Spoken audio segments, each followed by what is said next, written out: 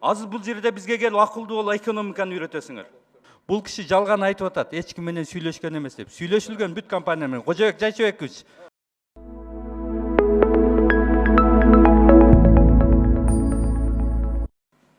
Рахмат, саламатсыздарбы? Урматтуу коллегалар, кичине тактап билип алып сүйлөсөк болот. Экономиканы жакшы түшүнбөй туруп, бизге экономиканы үйрөтпөй эле койсоңуздар. Биосферный зоналар бүгүн бизде кайсыл жерлер? Сары Жаз, Кажы Сай, Кызыл Омпол, ал эми Миңкуш, Майлуу суу булар андай зонага кирбейт. Бирок Миңкуш менен Майлуу суунун бүгүнкү күндө акыбалы кандай? Бүгүнкү күнгө чейин ошол хвостохранилищелерди биз өзүбүз күчүбүз жетпей, дүйнөдөн бүт жактан акча сурап атабыз. Азыр бул жерде бизге келип акылдуу бол экономиканы үйрөтөсүңөр. Бүт дүйнө экология менен күрөшүп атат. Кыргызстан биз жаңы технологиялар менен иштесек болот дейсиңер. Кайсы технология менен? 50 жыл мурда неге жабылды эле бул? Бүгүн 50 жыл өткөндөн кийин дагы ошонун азабын чегип атабыз.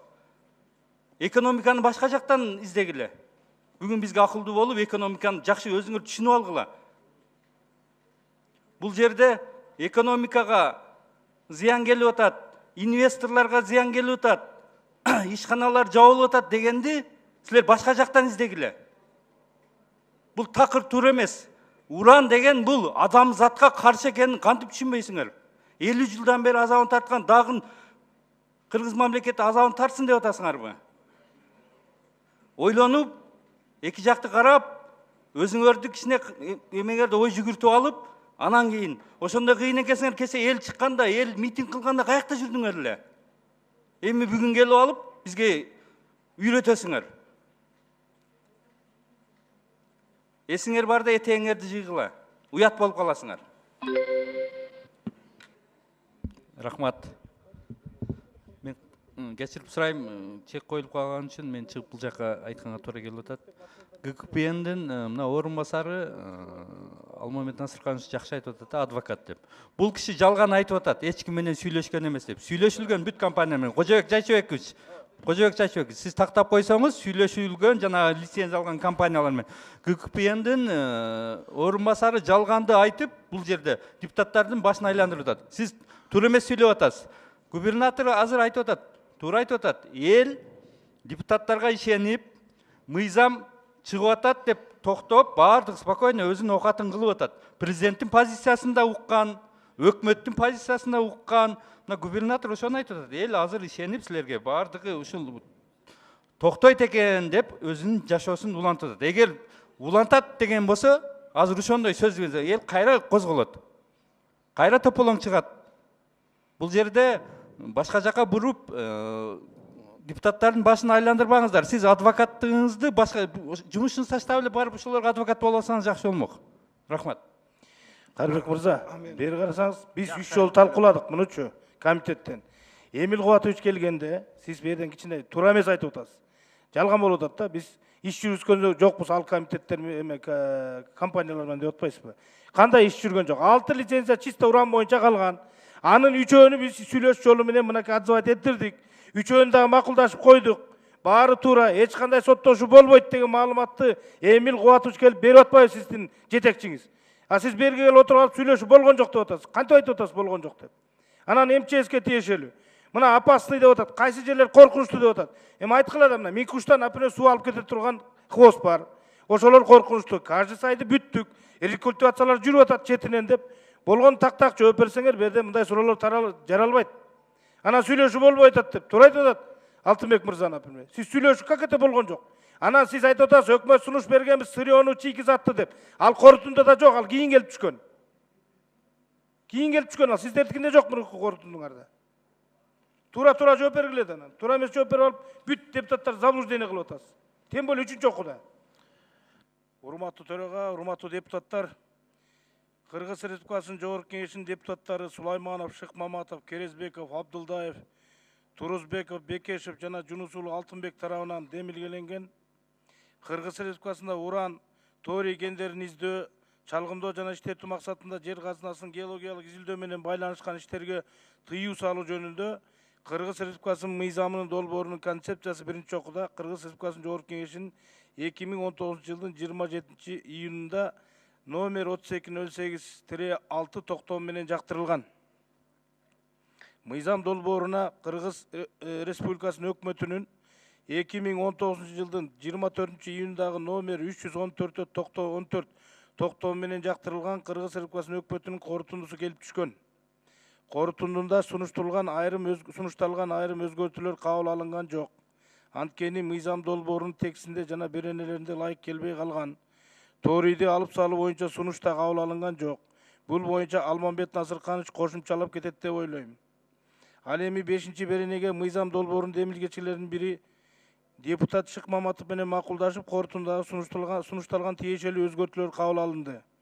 Кыргыз Республикасынын өкмөтүнүн корутундусуна толуктоо катары Кыргыз Республикасы Өнөр жай энергетика жана жер казынасын пайдалануу мамлекеттик комитети тарабынан 2019 жылдын 4 октябрындагы номер 06-5/12-291 катары менен мыйзам долбоорунун 4-беренесин жокко чыгаруу боюнча Кыргыз Республикасынын Жогорку Кеңешинин депутаты Шык Маматов менен макулдашылган сунуш киргизилген жана толуктоонун жыйынтыгында бул сунуш комитет тарабынан жактырылды.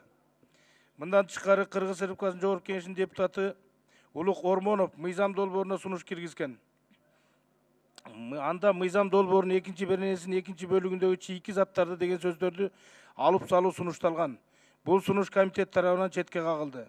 Кыргыз Республикасынын Жогорку Кеңешинин 2019 жылдын 10 октябрындагы жыйынында аталган мыйзам долбоорун 2-окууда талкууда Кыргыз Республикасынын Жогорку Кеңешинин депутаттарынын кат түрүндө сунуштар жана сын пикирлер түшкөн жок.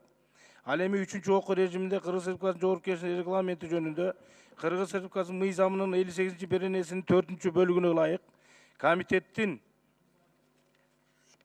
бөлүмү Кыргыз Республикасынын Жогорку Кеңешинин аппараттын ченемдик укук актыларына иштеп чыгуу жана чыгаруу бөлүм катчысуу менен мамлекеттик тилдеги мыйзам долбоорунун аталышына жана текстине мүмкүн болгон ички карама-каршылыктарды четтетүү жана беренелерди өз ара туура байланышын белгилөө үчүн редакциялык оңдоолорду жүргүздү жана биздин комитет 2019 жылдын 22 октябрындагы отурумунда мыйзам долбоорун 3-окууда карап чыгып, Кыргыз Республикасынын Жогорку Кеңешинин 3-окууда колдоп бериңиздерди суранат. Чоң рахмат, урматтуу депутаттар. Рахмат. 3-окуу эми болом. Кожоек Жечибекович, мыйзам долбоору 3-окууда каралып атат, урматтуу депутаттар. Суроо жок. Табулону бериңиздер. Табулону бергиле, жазылыңыздар. Сөз Бекешев Дастан Далабаевичте. Урматтуу депутаттар, урматтуу төрага, мен дагы бул жерде бир демилгечи катары болуп атам. Бирок ошол эле кезде бул мындай суроо болуп атат да.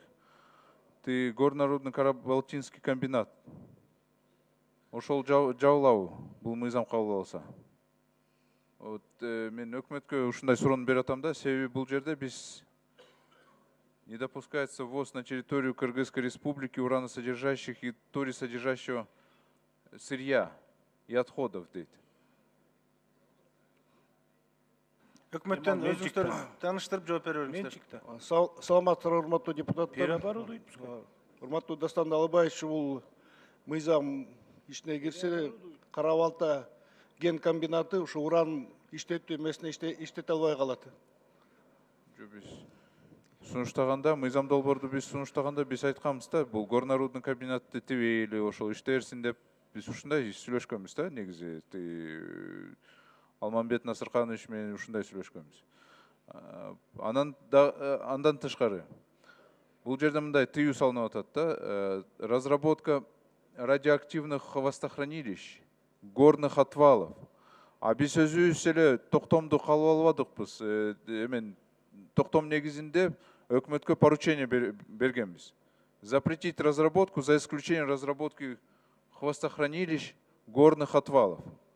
Ошондо азыр мына Майлюсуда бар бизде хвостохранилище. Анан бизде российский компания иштеп атат. Алар хвостохранилищелерди алар азыр иштетип атат. Алар менен эмне болот? Алар наоборот ошону переработка кылып, уранды ошол жерден алып атышат да. Тескерисинче бул жерде наоборот биз кылбайбызбы? Терс наоборот таасирин бербейби анан? Сиз экинчи окууда болбосоңуз керек, а, Дастан? ооба, мен болгон эмесмин. Келсеңиз жакшы болмок экен. Ооба. Бул жерде просто мындай болуп калат да, азыр мен билгемче Россия тараптан грант берилген, туурабы? Мына өкмөттөн даже айтып беришет. Грант берилген, хвостохранилищаларды переработка кылып, алар зыяндуу болбосун деп ушул негизинде грант берилген. Биз ушул мыйзам менен тескерисинче азыр зыяндуу кылып атабыз да, мейли кала берсин, калкка зыяндуу. Рекультивацияга берилип атат, Дастан Далаевич. Бул жерде разработка жазып атпайбы? Разработка бул сөз кенен да, ошол жерге рекультивация кирет сөзгө. Өкмөт жооп берсинчи ошого. Алмамбет Насыркановичтин микрофонун Мен бергиле. биринчи өкмөттүн угамчы, биз Алмамбет Насырканович менен кичине башкачараак сүйлөшкөнбүз да. Мыйзам долбоорун автор ошол.